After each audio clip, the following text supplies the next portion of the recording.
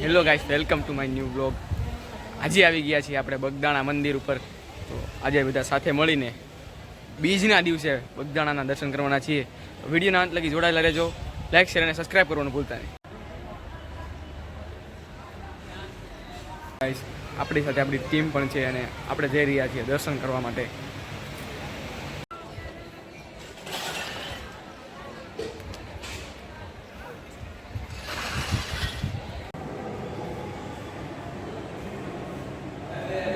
તો ગાઈસ, આપણે બજરંગદાસ બાપાના દર્શન કરી લીધા છે અને હવે આપણે જવાના છીએ પ્રસાદી લેવા ભોજનાલયમાં. તો જમવામાં આપણી પાસે લાડવા અને ગાંઠિયામાં પ્રસાદી માટે. ત્યારબાદ આપણી પાસે ઊંધિયું મસ્ત બાપાનું છે, રોટલી છે, છાશ છે. તો ગાઈસ, હવે આપણે બગદાણાથી પ્રસાદી લઈ લીધી છે અને હવે આપણે જવાના છીએ કદમગીરી હિલ્સ ઉપર.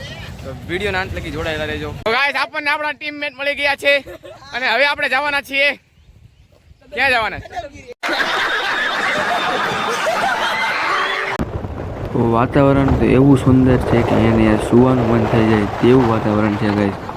એકલા ડુંગરા, ચારે બાજુ ડુંગરાઓ સિવાય કાંઈ નથી ગાઈસ. અને તમારો ભાઈ પાછો ડુંગરાઓનો તો પ્રેમી છે હો ગાઈસ.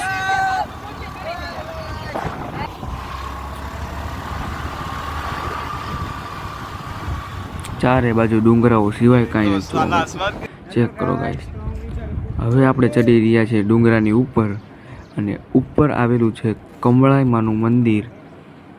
તો વિડીયોમાં જુઓ અને કમળાઈમાં. તો ગાઈસ, ફાઇનલી આપણે પહોંચી ગયા છે કમળાઈમાના મંદિરે. ગાઈસ, ઉપરથી ગાય ડુંગરાનો માહોલ એક નંબર. આ ડુંગરા ઉપર આવી ગયા એટલે તમે જુનાગઢ પણ ભૂલી જશો એવો મસ્ત અને સુંદર માહોલ છે. ગાઈસ, ઉપરથી ડુંગરાનો વ્યૂ એકદમ ચક્કાસ.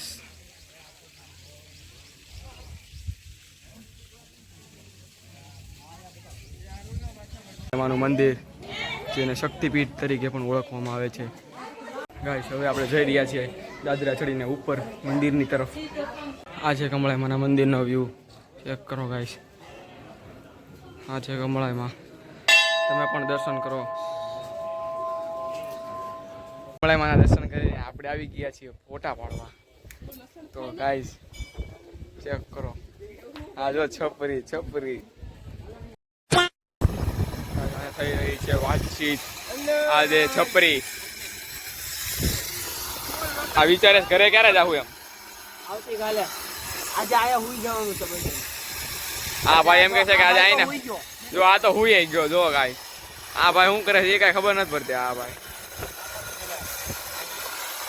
ફોટા પડાવે. ગાઈસ, હવે આપણે અહીંયા સુઈ ગયા છીએ કારણ કે થાકી ગયા છીએ. આ જો શુભમ, આ દેવા બધા ફૂલ થાકી ગયા છે.